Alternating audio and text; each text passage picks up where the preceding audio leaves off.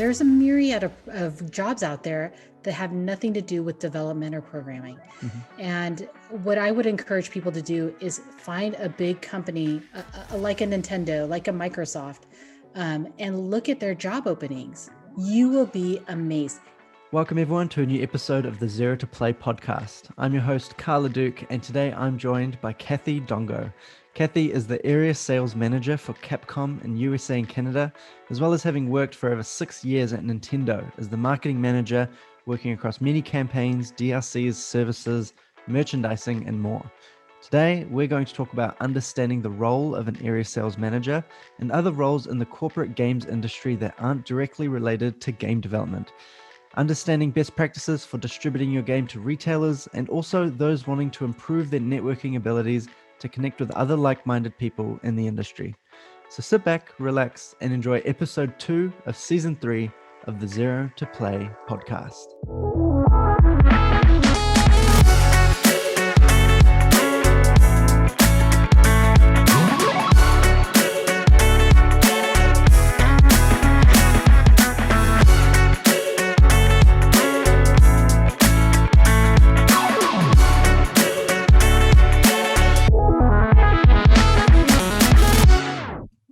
Welcome, Kathy, to the show. Thanks for joining me. Oh, thank you so much for having me. What a great intro. That was fun. Thank you. Yeah. I like the music. Some days when I'm really tired, just listening to that intro wakes me up a bit, and it's good. Good way to start the show. So yeah, this is going to be a really exciting chat because I've spoken to some people, for example, John Epler, who is the narrative director at BioWare, huge company working on some of the biggest franchises in gaming. I really love the conversation with him, but I feel like when it comes to corporate games, there's so many roles that exist now that a lot of people, especially in the indie games community, probably aren't aware of, or just people in general don't know what kind of roles are needed in games nowadays to really make a AAA title launch, and the kind of people that are on board working full time in certain areas. And I think being an area sales manager is one of those roles that I think I'm really curious about exactly what that entails and what kind of things you're focusing on a daily basis that a lot of smaller teams wouldn't have the resources to. So if you don't mind explaining to the podcast today, what is your main responsibility as an area sales manager? And you're in the USA and Canada region. I'd love to know like what exactly that covers and what that entails on a daily basis for you.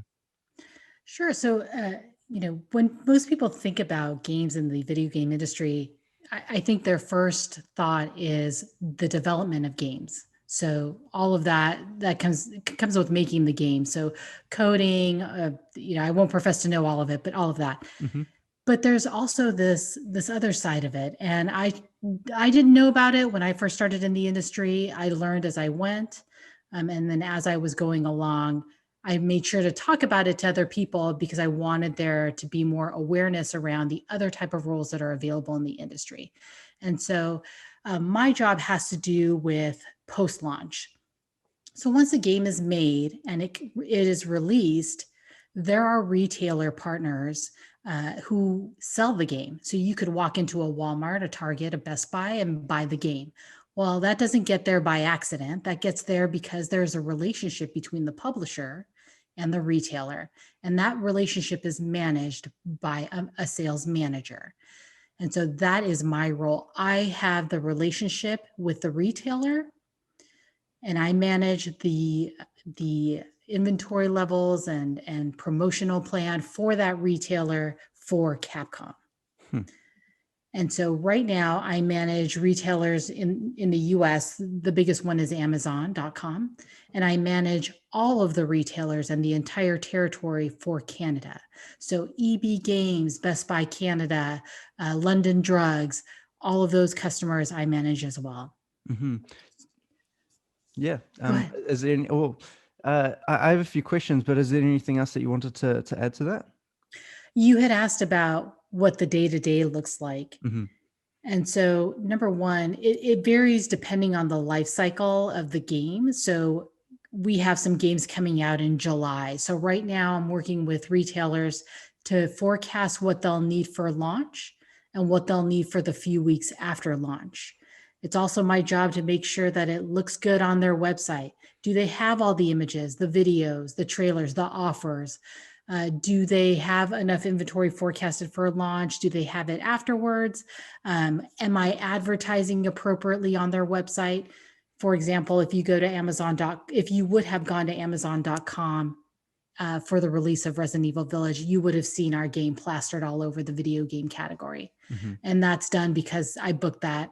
I made sure that it ran, etc. Yeah. And So so, yeah, carry sorry, on. go ahead. Sorry. No, No, sorry. this is No, this is your platform. Continue. no. So really, it's soup to nuts in regards to getting our games sold at retail.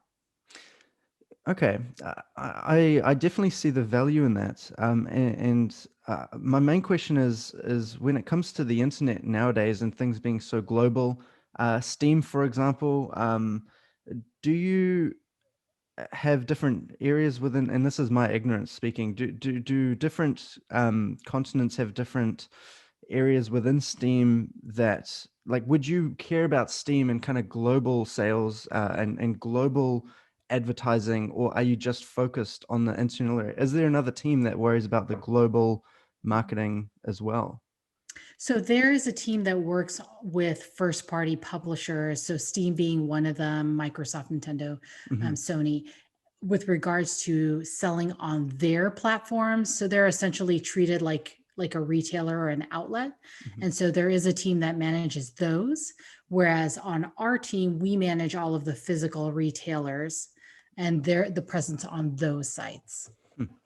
So to answer your question, the other team would absolutely care and work with, for example, Steam to make sure that our game is on their homepage, featured in any communications, the product page looks appropriate, etc. So sort of the equivalent, just strictly online. Okay, and I suppose every product that goes through, um, like in terms of digital and physical games, is are you mainly working on the physical games when it comes to, like, say, EB games and the requirement for physical assets? Is that quite a big part of, yeah, just making sure things look good, things are on brand? What would be the percentage split between the amount of attention you give to digital assets and then the physical copy as well? So some retailers do sell digital products. So sometimes you'll see the cards, the little POSA cards in store, and Hmm. so that's actually considered a digital product. So retailers will sell both.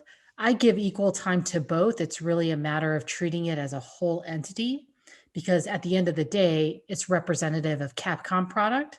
Hmm. And so it deserves my attention and I need to make sure that both look great. So I don't give unequal time depending on the platform.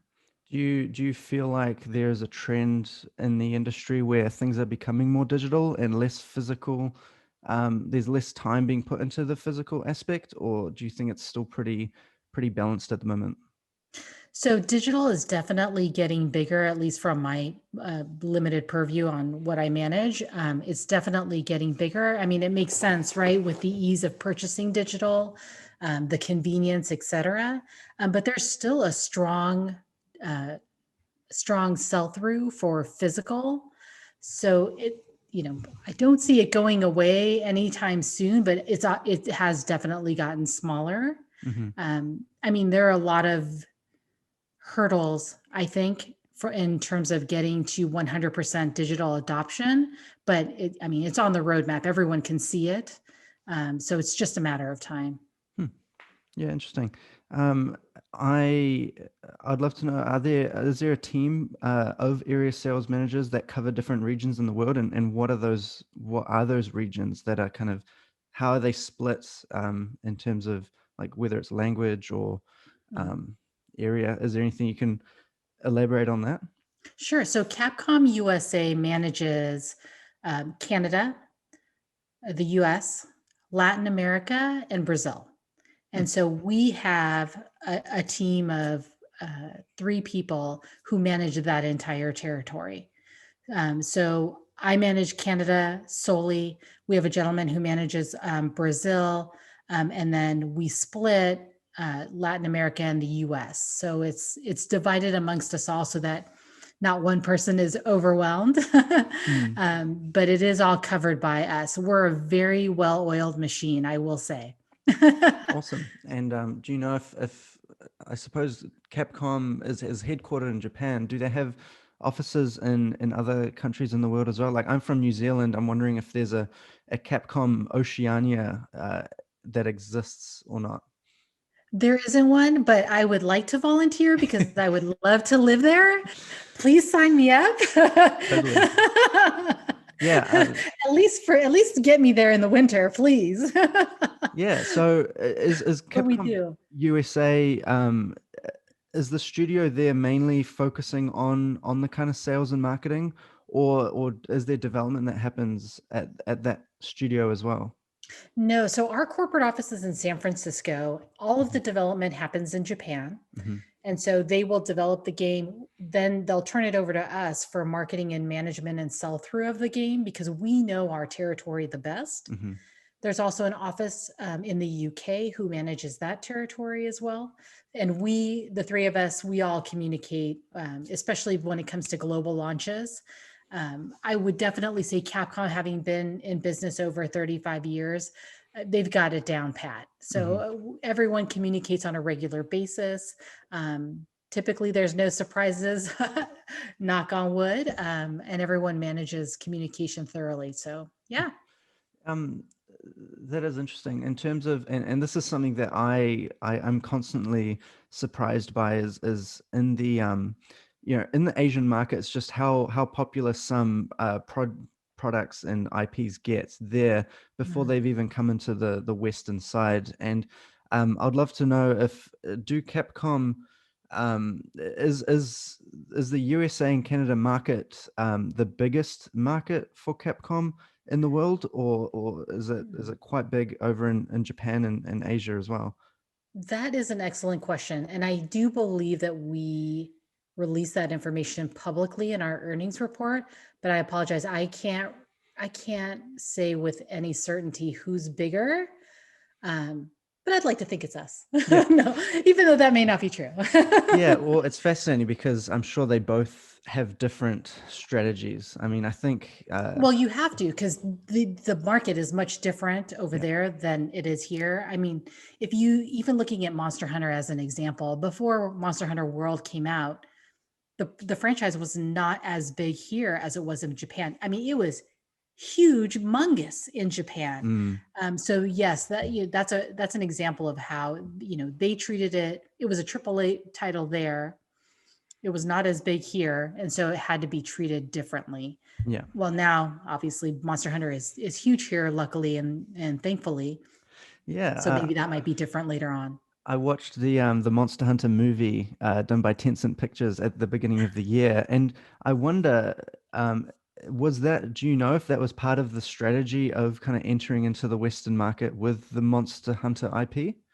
That's handled so film rights and the entertainment arm of that is handled by an entirely different group. So I don't have any visibility into what they're doing. Mm, But anecdotally, I would think that they had to have been part of a bigger roadmap, because the timing of that was really perfect. Actually, mm, it's right before Rise launches and mhm. Stories 2, obviously. So I would have to think that there was some intention around the timing. Hmm. But again, that's just my uh, thought. Yeah, I mean, I'm sure when it comes to the corporate gaming industry, there's probably thousands of people all, jotting numbers, looking at data, planning a global strategy because that's the kind of area and the revenues and the targets that they need to hit. So it's a lot of thought Mhm. needs to be put into that. So I wouldn't be surprised with that either. Are there any IPs from Capcom that you can share that are going that you think are being put more attention into getting into the Western market? Hmm. I guess Monster Hunter is probably the latest one.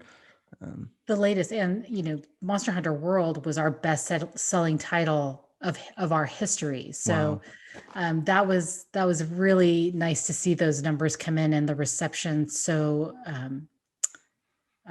well. Mhm. But I can't think of anyone. I can't think of anything that I can comment on or that I even know for that fact. Yeah. No, cool. So I wonder, and this is a question I'd love to ask you. Do you have any advice just based on your role and the kind of conversations that you have on, on a daily basis with different retailers and different people? If there was a game studio that was maturing and growing from, say, a couple dozen people to 50 to 100 people, and they're trying to like enter into that market where they're starting to look at a bigger reach, more distribution, getting into, say, different first party retailers like Nintendo, or getting into EB games. What advice would you have for a studio maturing into this new area where they have to start thinking about sales in a Mhm. and not just marketing, not just development, but having sales as a whole arm of their thought Mhm. process as well? So first off, I would recommend that studio be thinking uh, just all the way from marketing all the way to conversion. And if they are trying to get the attention of any kind of retailer, my first advice is to understand the retailer's language. So if I were to tell you I want high margin, high turns, zero risk, like would you understand what I'm saying? Probably not. No. So my guess my guess is they don't either. And so my recommendation would be to consult or bring on someone who can speak to them. So when they're asking you for certain terms, you kind of know, okay, well, I know they're just asking for the moon. I could probably wiggle room on this and this and this. Or instead of giving them, high payment terms, I'll give them, a guaranteed margin, things like that. Because otherwise, you're going to go in there, saying, hey, we want you to take our games, but not really explaining to them why they should, how to minimize their risk, because shelf space is limited and it gets more limited the more releases that come out. Mhm. And just having somebody on their side who understands, like I said, the language. Mhm. um, because it would probably be very difficult otherwise. Yeah, it sounds like the kind of thing that you can't just add as an add-on to your marketing manager, or you can't just add that to someone's role. It's a role entirely in itself to learn the language Yeah. and And there's a lot of things aside from just the negotiation on cost or terms or whatever to get it in the door. There's timing, you're on production. So if that game isn't landing in their fulfillment center at Mhm. least a week before, they're not even going to take it. So all of that comes into play. If you offer them a collector's edition, how much shelf space is it going to take? How much will it weigh? Mhm. What is the exit plan if it doesn't sell through? All of that stuff, has to get ironed out before anybody says yes. Yeah. So again, all very important. That's really interesting, because I think back to, because I grew up playing games before I worked in games. Obviously, I when I was younger, I played games, and I made this realization about how nowadays, I'm shipping a game at the moment with Rocketworks called Icarus, and we're not at this, like, we're not focusing on a physical copy. We're not needing to get the game burned on a disc, like they used to do a couple decades ago. We had to have the game finished, and actually you had a ship date, whereas nowadays you kind of you ship the game, and then you plan to do a hot fix immediately after launch, and you plan, games as a service. Every month there's new content being added, and it's a completely different mindset than it was a while ago. And I wonder, did you kind of live through that shift when you were at Nintendo? When you were helping launch the eShop, did you feel like we had already made it into that mindset of, you launch the game, but then you kind of update it as you go, or was there this kind of strict, very hard cutoff date that people had to stick by? So I think so. Nintendo is all about putting smiles on people's faces. Bottom line, doesn't matter what happens. If they don't have a smile on their face, you have failed. So my perspective, or from what I viewed, at the end of the day, if there was an update that needed to happen, then everyone was fine with it because it would improve the functionality of the game or make an improvement on some sort that would make them happy. So there was never opposition to doing updates or anything like that. Mm-hmm. But in regards to planning purposes, as long as there was a very rigorous product testing. Sorry, I'm totally losing my words today. There was strict product testing hurdles that people had to go through internally, the publisher, whomever, to assure that quality was high enough to not disappoint people. And so that has been in place for way longer than I've been around, or for as long as I've known about. So those types of updates were not as common as most people would think because of that rigorous testing process. But at the end of the day, getting a game up in the eShop,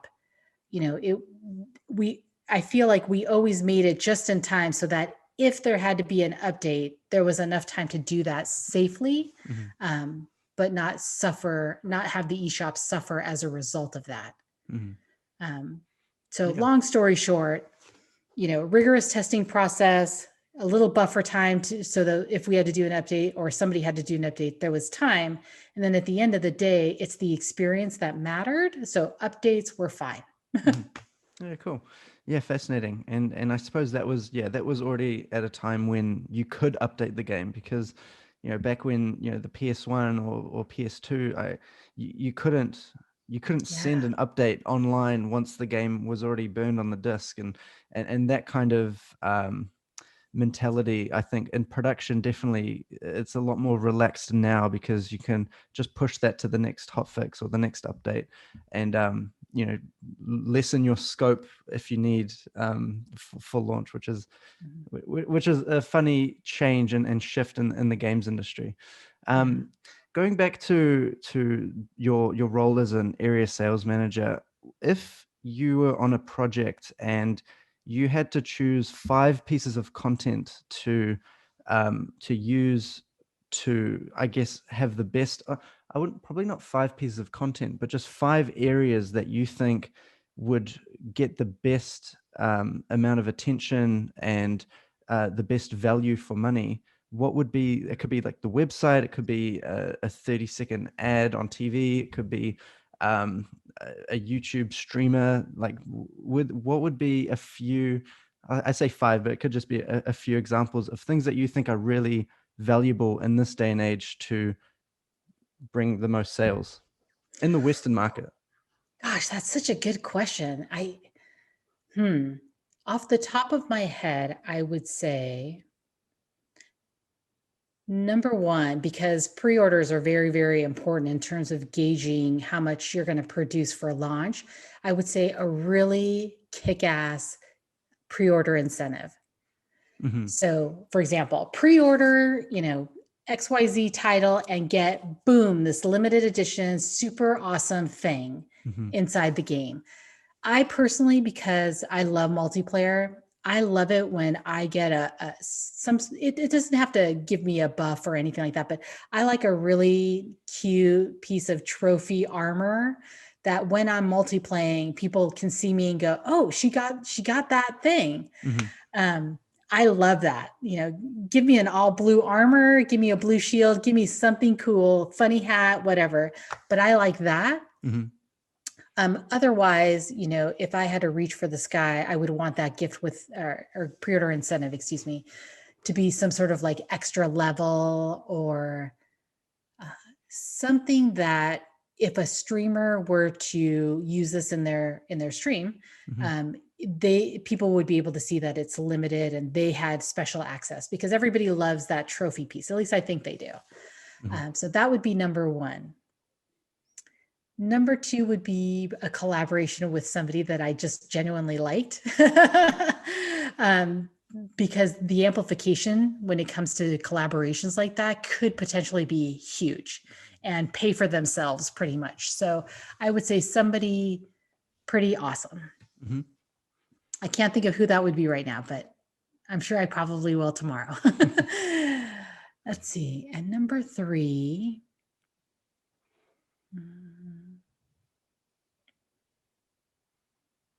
Gosh, what would number 3 be? Do you see a lot? Probably. Oh, sorry. Go ahead. Well, do you see value in video content in terms of like ads, trailers, gameplay trailers? Um, I suppose that's almost an expectation at this It stage. is. Um, Yeah. I mean, if you don't have a video game trailer, then you'll probably get the opposite effect, which is, oh my gosh, they're hiding something. mm, So I feel like that's expected. A memorable trailer is certainly wonderful. I'm sure we all have our favorites. My personal favorite is Borderlands 2, their launch trailer. Still to this day, I mean, I still listen to the song in that trailer, mhm. almost monthly. But I think having a memorable trailer is great too. I mean, the Gears of War 2 soundtrack with the acoustic version of Mad World, Mhm. again, like, oh. So I think having a memorable trailer certainly would be amazing. For me, the Halo ODST trailer that they did, I love the soundtrack in that. It sounds like the soundtrack is what humans really resonate with the audio behind it. It feels like Oh gosh, that's yeah. something that people should really pay attention to, is making sure the trailer has a good, memorable soundtrack with it. Yeah, good suggestion. That's a good one. I mean, if someone does not get the chills when they hear the Halo intro, they are dead. Mm. Dead. Cuz I to this day, oh Mhm. gosh. Like I seriously wish back before COVID, at least over here, there was it was called like video games live, and so there was a full orchestra who would go around and they would Wow, play music from video games, I love and that. it was so amazing. I hope that comes back. Gosh. That Oh, sounds like a great idea. I think video games produce some really beautiful soundtracks that I mean films and you know all sorts of other media as well. But yeah, games definitely have some that are really memorable to me. In today's supporter segment, I'd like to point you towards GameUIDatabase.com. This is the perfect resource for anyone interested in seeing the UI and design of some of the most popular games and interesting indie titles out there. It has an incredible tagging system, and navigating the pages and games couldn't be easier.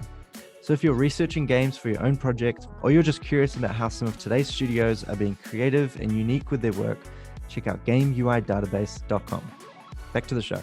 Yeah, so I have a few personal questions that I'd like to ask you. Like, for example, where does Lady Cuttlefish come from, which is your Twitter handle? What's the story behind that? so my original Xbox Live gamer tag was actually Batosai 01. And if anybody has watched Rurouni Kenshin, they know that means manslayer. But what would happen is, people, I'd get a whole bunch of questions like, "Are you a girl? Are you a girl?" And I got so tired of answering that I decided to change it. And so I chose lady so that people would know I was a woman. Mhm. And I love the cuttlefish. Like the cuttlefish is such a beautiful, intelligent fish. What it can do is just amazing. And so I thought, Lady Cuttlefish. And I've had it that way since I think 2007, maybe Wow, 2006. awesome. And I haven't changed it. And I've incorporated in other social media handles. But yeah, and no one has asked me if I'm a woman ever since. So that's great. Yeah, that is good. And on that topic, I heard you mention this in a few of the other podcasts that I listen to. I highly recommend if people want to hear more of Kathy's story to go listen to other podcasts, because you've done a great job of being open about your whole story. But one Oh, thing I thank did want to you. touch on is that you mentioned being a woman in games when you were growing up was um, it was quite a struggle because it wasn't that common. You mentioned that when you were going to the arcade, you were the only girl in the arcade with with boys all around, and you didn't really make that connection that was what made you different until later on in life. And my question is, how do you feel about the state of the industry now? Do you feel like it's a lot more balanced, accepting, supportive? Yeah, what is your current feeling of the games industry? Do you still think it has maturing to go? So, wow, so many things that I want to say about this particular topic. So, quickly, just going quickly back to my childhood, video games were not cool back then. Being a geek was a put down Mm-hmm. or a nerd, total put down. And, I can't remember when it started being cool, but it definitely was not in my youth or my teens. Mm-hmm. So I'm glad that it's turned the corner and now it's something that is much more acceptable. So kudos to the industry and everything changing for that part. Do we have a long way to go? Well, first I'll say that, things have, I've seen things be more accepting. Women make up almost half of the gamers nowadays. So that is a wonderful glimpse of progress. But I do feel like we still have a long way to go. There's still a lot of toxicity online. I've experienced that myself. I've heard through other connections and friends that still exists. And that's disheartening. But I do, I believe that I'm a total optimist, and I hope that, and I'd like to think that the industry and gaming in general can progress enough to be more accepting and more inclusive, and less toxic to women. Mm-hmm. And anything I can do to help with that, I try to do. I encourage male gamers to be an ally, to be vocal. If you're online and you hear a woman being harassed, please be vocal about stopping that. It's hard to be the girl and standing up for yourself, and it's always more helpful when you have people around you. When I first started playing on Xbox Live and things got a bit challenging, I surrounded myself with excellent people who would stand up for me and stand with me, and that made all the difference in my online gaming experience. I probably would not have continued playing if it were that difficult. And so I would just encourage men especially to not be silent. Mm-hmm. Yeah, wow. Yeah, and you're right. There's still a lot of, especially as streaming is a huge part of the gaming community now. There's toxicity there. It's Yes. yeah, it definitely still exists. Um, Mhm. and yeah, no, that's a really good piece of advice to just surround yourself with people. Well, speak up if you're a man and you see those Yes. things happening, and know that that people like yourself will, have that support circle around you to help um, just survive, I guess, those Yeah. situations, and to ignore it, to look past it. But yeah, I do hope the industry gets more mature. It's kind of in line with the internet itself. I feel like the internet has a lot of maturing to do, and there's a lot of Yes. areas of the internet, and games kind of are converging with the internet and social media in a lot of Mhm. ways. Yeah. Um, And I what? always tell people, familiarize yourself with the block button. It's Yeah, great. Utilize it. yeah, I've had definitely. a few people on social media just try and bombard me with insults about where I work or places I used to work, and I exercise the block button very regularly. Totally. And it's been great. It's there for a reason. Yeah. Yeah.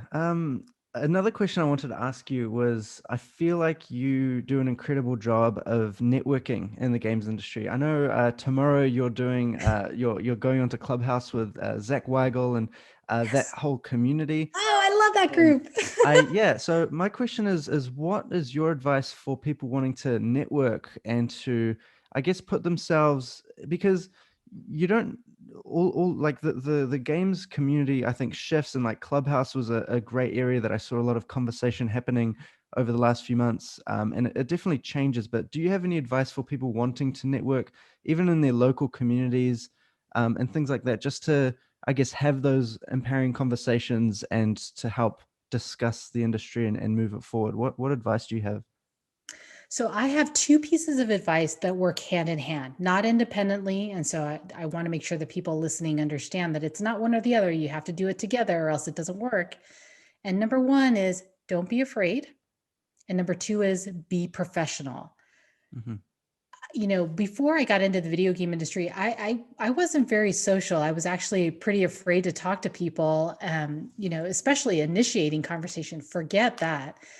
But when I got into this industry, I lovingly call it my people because we all love video games and I have loved it my whole life. So it was great to meet other people who had that same passion. But what I found that is 9 times out of 10 in this industry, pe- people want to make friends and make connections. So as long as you are professional, like go for Hmm. it, reach out, send that email, walk up to that person, obviously be mindful of the situation around them, but go up to them, say hi, but be professional. you know um I jokingly have said this before, but I've had people walk up to me and say, "Hey girl." Like, no, that's not how you start a conversation. No. But I've also had people walk up to me and say, "Hey, you work at Capcom, I would love to have some insight into blah blah blah." And it's a very professional approach, and we exchange business cards, and Hmm. I probably have kept in contact with almost all of those people because I genuinely like doing that. But it's the difference between professional and unprofessional that gets that next step. Hmm. And so I just want to encourage people to do both. Don't be afraid, but also be professional. Because if Yeah, you don't take that shot, man, it's not going to happen. totally. You never know what just a little conversation can lead to. You never know what putting yourself out there. And I, speak from experience. It could be a complete serendipitous moment where you have this thought about reaching out to someone and then you just send them a message and then they respond. And then that leads to a conversation. And then 6 months down the line, it leads to a job opportunity or whatever. And I definitely love once you do that a few times and you see the responses and the value that you can get from it, it just becomes addictive, reaching out to people Yes. and wanting to talk, just like And yourself in this conversation. and and you could have so many amazing experiences, but if you don't make friends or the network, then they don't happen. Like, I have this great story where back at E3, I think it was like early 2000s. I was really into Lord of the Rings then, and I still am. But I was walking through the E3 floor and I saw this guy with a Lord of the Rings like saddlebag. And so I walked up to him. I said, "Oh my God, your bag is amazing." That's all I wanted to say. And he looked at me, he goes, "Oh, thanks. I work at New Line. Here's my card. I could send you one." Wow. We are still friends to this day. That's Can you insane. believe that? We are still friends. I got him into E3 the year before last. So Wow. if you don't just go up to somebody and are professional, then you're just really limiting yourself. Totally. Yeah, no, thanks for sharing that. One question that I think you have a really great perspective on. So for me personally, and my personal game development journey, I didn't really think that I could become a game developer or work in the games industry because I'm not a programmer. And I've tried to learn Yes. programming many times, and I just don't think I'm wired that way. I am still trying slowly to become more proficient at developing my own apps, but I think I'm a very long way away. But I found my skill set and passion in production, and the skills of communication and helping facilitate meetings and deadlines and that kind of thing.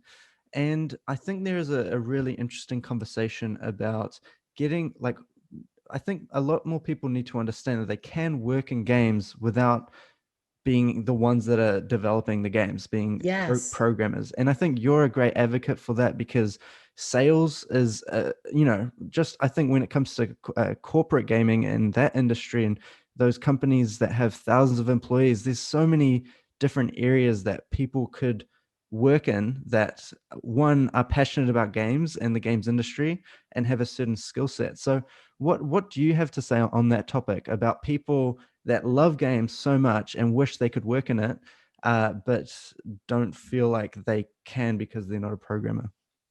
So, gosh, I get this question so often, and I love talking about it because you're right. There's a myriad of jobs out there that have nothing to do with development or programming. Mhm. And what I would encourage people to do is find a big company like a Nintendo, like a Microsoft, and look at their job openings. You will be amazed. And you should also look at some companies like, or excuse me, some retailers like, GameStop or Walmart, and specifically type in gaming or video games just to see what they have open.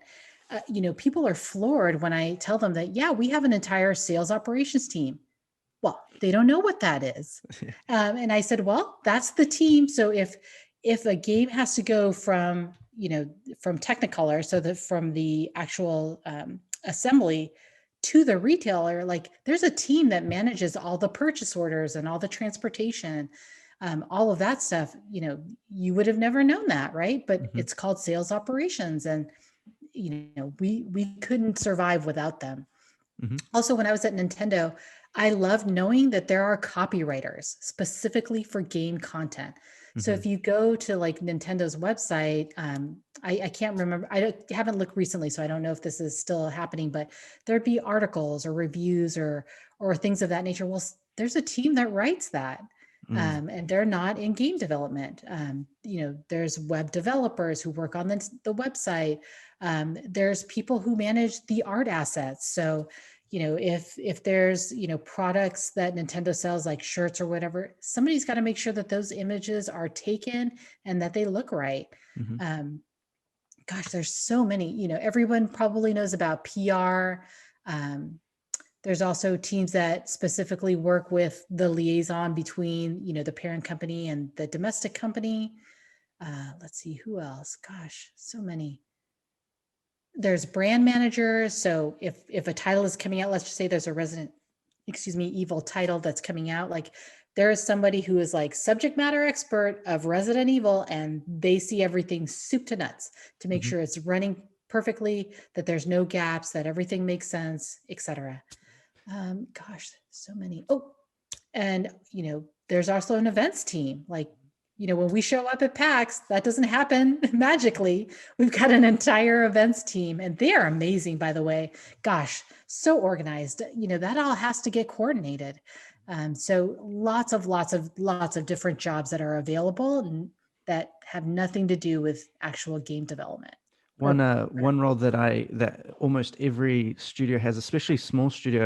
I had on the podcast Sam Barham, who's the creative director at Balancing Monkey Games, and one of his first hires was a community manager, and that's something that is becoming more and yes, more popular at such an early stage in development. And these yes. people are the ones that manage the private Discord community, that make sure that there's a Twitter, Instagram, and Reddit subreddit for the game, and so that there's a hashtag that people can communicate on, and streaming, making sure that there's weekly dev streams, and just having that person that's there to help facilitate organizing that. It's a full-time job. Oh And gosh, yeah. That is such a difficult job. I have mad respect for community managers because they get so much thrown at them. Mhm. Usually it's complaints, Mhm. and they do so much, and their hearts are so into it that it's amazing. Like, people need to give more respect to community managers. That's for sure. Mm. And yeah, those and community managers have a completely different skill set than a Yes. back-end programmer has, or a UI artist, or a designer. It's needed, and because marketing is such a crucial part of any game's launch, for it to be successful, you need to have those people that have that specific skill set and have the time to invest in those areas that, especially on the internet nowadays, are changing so much. There's new platforms that arise every year, that Minute. every Every minute. minute. um, so yeah, that's cool. But what I love about you is that you're so you're just in the community, and that's what I love is having people like you that I'm connected with that work in an area of games that you can still relate and talk about games together, without having to feel like you're on the outside because we're not all game developers. I think the indie game dev community might talk about more programming specific topics more often, Mhm. but there's a growing area of the game development community, the like wider game development community of people that work in games that aren't, or that are or may not be game developers, but that aren't gamers. Because I think gamers, are a huge chunk of the world. I think most people probably play games nowadays, whether it's on their phone or PCs or consoles. Yes. But game developers and people that work in games, there's a definitely a growing community there that I love to see with people like yourself. Oh my gosh, they are growing, and it's amazing because the software that's available to do to make games is Hmm. becoming more accessible to people.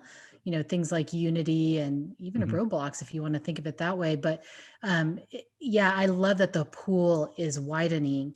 And thank you for mentioning my participation in Clubhouse. I have found that to be so much fun. And as I tell everybody, whenever I'm in a room or on the stage and talking about things, is that I like to bring the business perspective to conversations, um, because my favorite topic to talk about, probably ad nauseum, is anytime somebody complains about launch consoles. Oh, so somebody will, a publisher A will launch a console, and inevitably somebody will complain, why doesn't so and so make more? Or let's just say PlayStation, for example. Why didn't Sony release more PlayStations? Why is it so hard to get? And or they'll say something like, well, why didn't they release God of War with the launch? They should have done that. And I love to butt in and say, let me explain to you why that is. Just Oh, from my perspective, like I have never been part of a role where I have any say in how many launch consoles get released.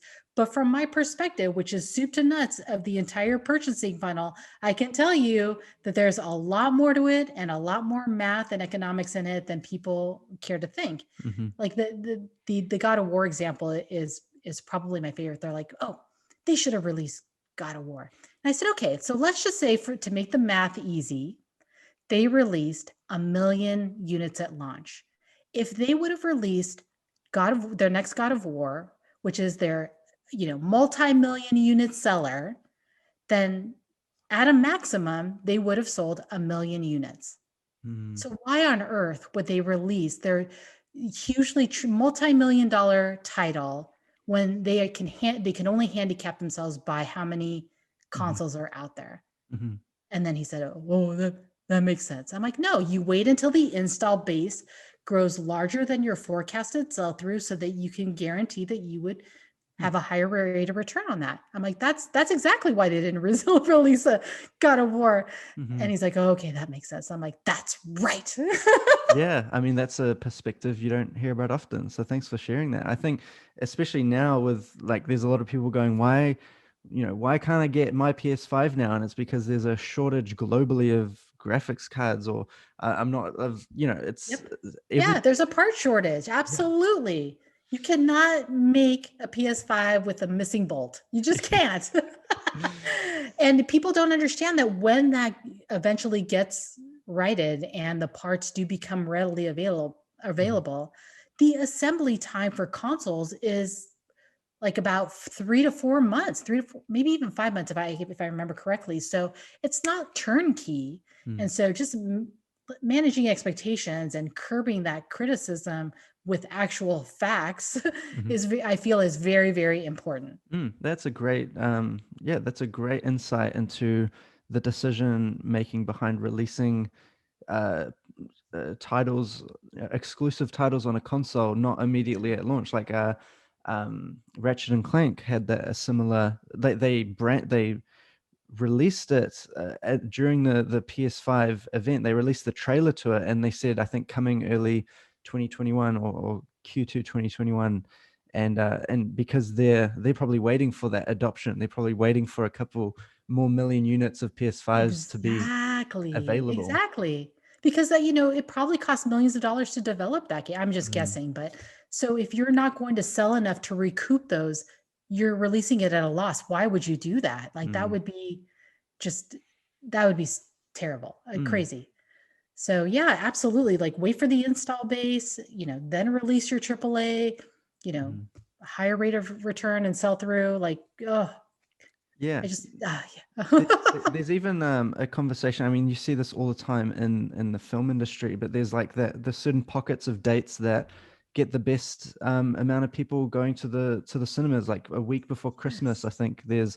I think there's been a Disney movie released a week before Christmas for like the last decade.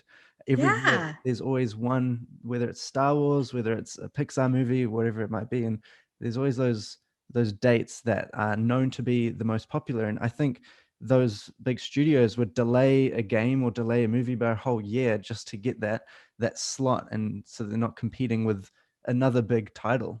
That's a Yeah. huge part of choosing that date.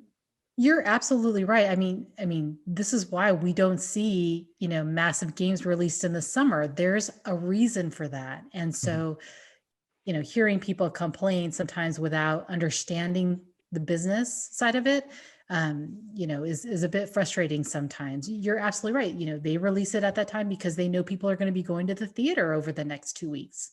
Mhm. They're not in school or they're not working, or they're just in that festive, like everybody get together and let's go to the movies kind of day. You know, it makes sense. Like there's a reason why sometimes publishers want to release a game, um, usually sometimes in September or October, because then they can discount it for Black Friday. Yeah. You know, I always tell people just take the time to think about the business. Does it make sense? No. Then they're not going to do it. Why? Yeah. Why would they? There was an interesting insight I heard the other day about Steam and how people don't release games on a Tuesday because Tuesday is usually the day that Steam does its like updates on the software on the Steam store. And you don't want to release a game on the same day that the store might be down. You don't want to mess up that launch.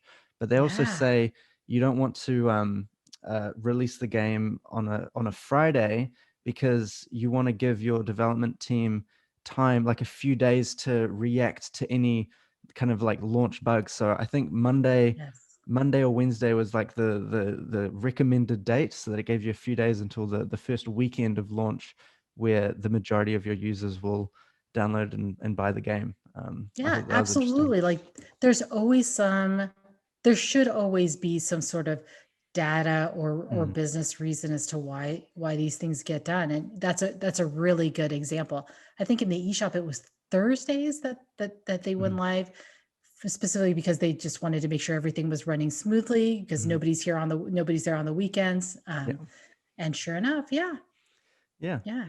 No, it's fascinating. I really appreciate your perspective and some of the bits of value that you dropped. That's all the questions that I kind of had. Were there any kind of final pieces of advice, or I mean, I think you've shared some really great advice and pieces of information that people can take away from this. But is there anything else that you feel like you wish you could have said during this chat?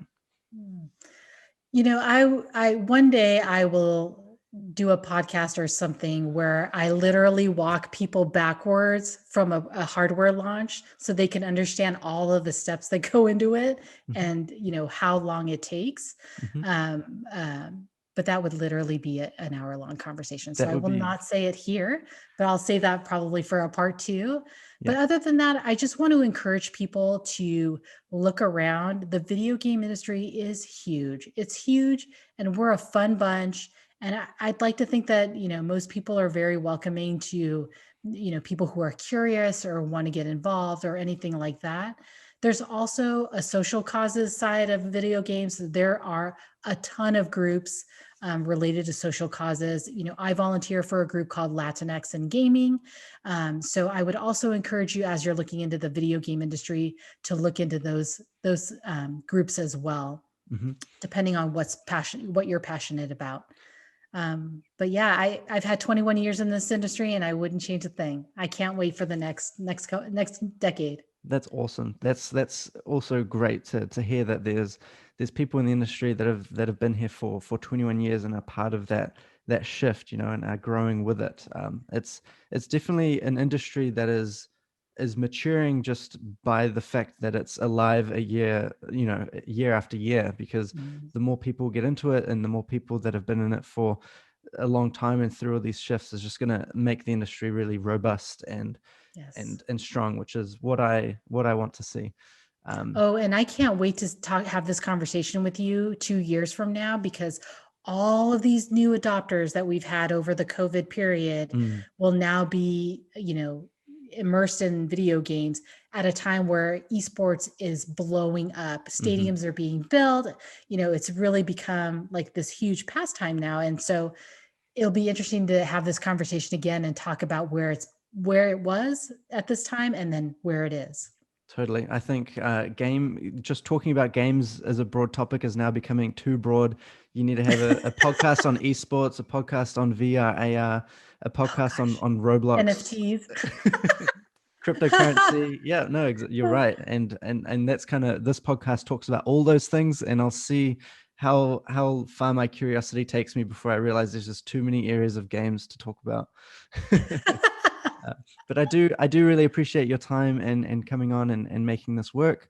If anyone's interested in following Kathy, you can find her on Twitter at Lady Cuttlefish, and yeah, find her on Clubhouse talking with other game industry professionals and experts, and you'll see her around the community, I'm sure. So thanks for taking your time and coming on. Thank you so much. What a fun time. I really appreciate it. Thank you. Awesome. See you later. Thank you so much for listening to this episode of the show. I hope you found it valuable and learned something new about game development and the future of games. If you did, I'd love to hear about it. Please message me on Twitter at Zero2Play, and we can keep the conversation going there. If you want to hear the latest news of the show as soon as it's released, you can sign up to our newsletter or follow us on Twitter. For all of our episodes, you can find us on YouTube, Spotify, or your favorite podcasting service. All links can be found in the description below. Take care and see you all next week for a brand new episode.